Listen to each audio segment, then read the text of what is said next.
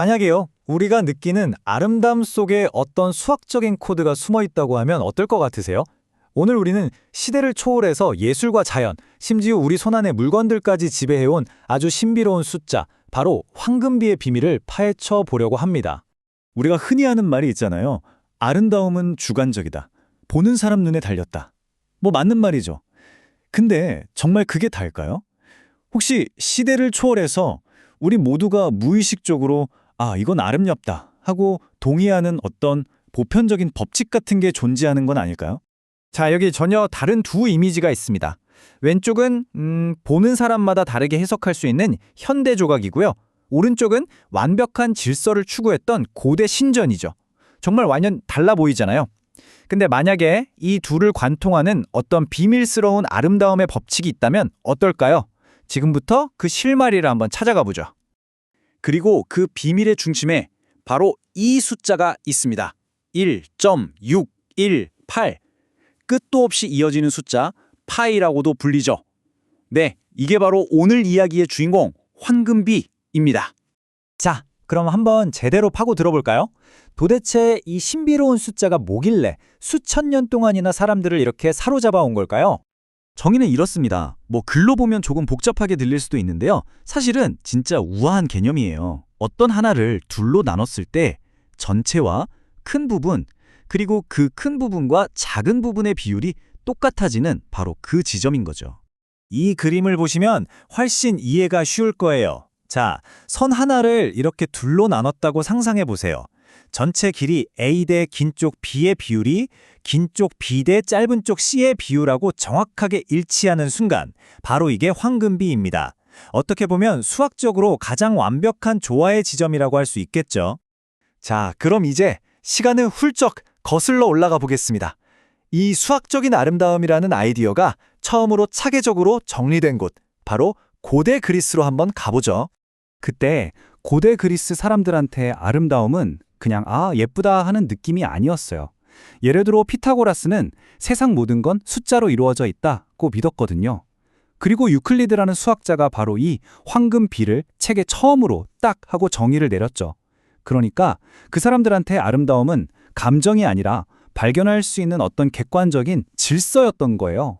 그리고 그리스인들의 이런 생각이 가장 완벽하게 눈에 보이는 형태로 만들어진 게 바로 이 파르테논 신전입니다.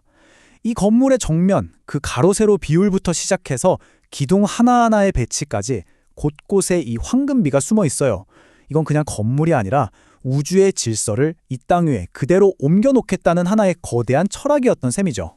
자, 이제 시간이 좀 흘러서 르네상스 시대로 가볼게요.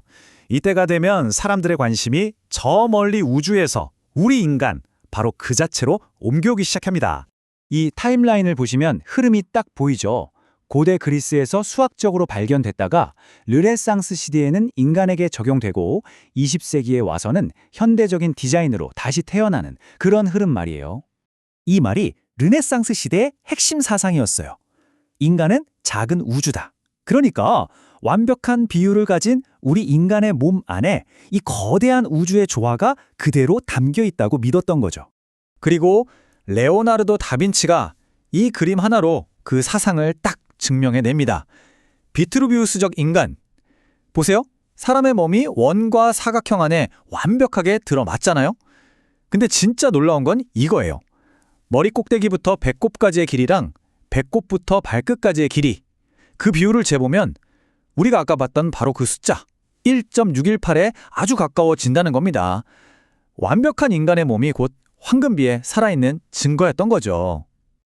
자, 이제 좀 어려운 이야기는 그만하고 이 거창한 개념을 우리 일상, 바로 여러분 손안으로 한번 가져와 볼게요.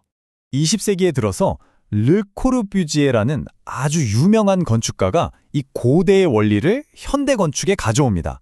모듈러라는 자기만의 시스템을 만들었는데 이게 뭐냐면요. 황금비의 기반은 사람의 신체 비율을 기준으로 가장 편안하고 또 아름다운 공간을 설계한 거예요. 근데 아마 제일 놀라운 예시는 여러분 지갑 속에 있을걸요. 지금 혹시 신용카드 있으시면 한번 꺼내보세요. 그 카드의 가로랑 세로 길이, 그 비율이요. 놀랍게도 황금비에 정말 가까워요. 이게 그냥 우연일까요?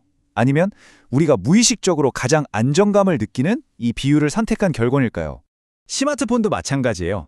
우리가 손에 딱 쥐었을 때 가장 편하고 화면을 볼 때 가장 안정적인 비율을 찾다 보니까 자연스럽게 황금비에 가까워진 거죠. 우리가 매일 쓰는 A4 용지도 그래요. 이건 황금비는 아니지만 반으로 접어도 가로 세로 비율이 그대로 유지되는 아주 특별한 수학적 원리가 숨어 있거든요. 이것도 결국 실용적인 아름다움이죠. 자, 이제 마지막 장입니다. 지금까지는 다 인간이 만든 것들이었잖아요. 이번에는 인간의 손길이 전혀 닿지 않은 곳, 바로 자연 그 자체에 숨겨진 황금비의 경이로운 증거들을 한번 만나보시죠. 이 앵무족의 껍데기 정말 아름답죠? 근데 이 아름다운 나선은 그냥 그려진 게 아니에요. 몸집이 커지면서 자라나도 그 비율은 절대 변하지 않는 황금 나선을 그리고 있어요. 이게 바로 생존과 성정을 위한 가장 효율적인 자연의 수압적인 해답인 겁니다. 해바라기 씨는 정말 보고 있으면 경이로워요. 씨앗들이 서로 반대 방향으로 빽빽하게 나선을 그리고 있잖아요. 근데 이 나선의 개수를 세어보면 보통 피보나치 수열을 따릅니다. 피보나치 수열이 뭐냐면 앞에 두 수를 더해서 다음 수를 만드는 아주 간단한 수열이에요. 1, 1, 2, 3, 5, 8 이렇게요. 근데 신기한 건 이 수열에서 이웃한 두 숫자의 비율을 구해보면 점점 황금비 1.618에 가까워진다는 거예요. 이게 바로 자연이 찾아낸 가장 좁은 공간에 가장 많은 씨앗을 담는 완벽한 설계도인 거죠. 자, 이렇게 예술과 자연을 모두 관통하는 황금비. 그렇다면 이게 아름다움의 유일한 정답일까요? 꼭 그렇지만은 않아요. 이제는 이 황금비를 어떤 절대적인 규칙이라기보다는 아름다움에 대한 우리의 생각을 넓혀주는 하나의 중요한 원리로 바라볼 때가 된 거죠. 과거의 아름다움이 이 파르테논 신전처럼 하나의 완벽한 비율, 정적인 아름다움을 추구했다면 지금 우리가 생각하는 아름다움은 훨씬 더 복잡하고 역동적이에요.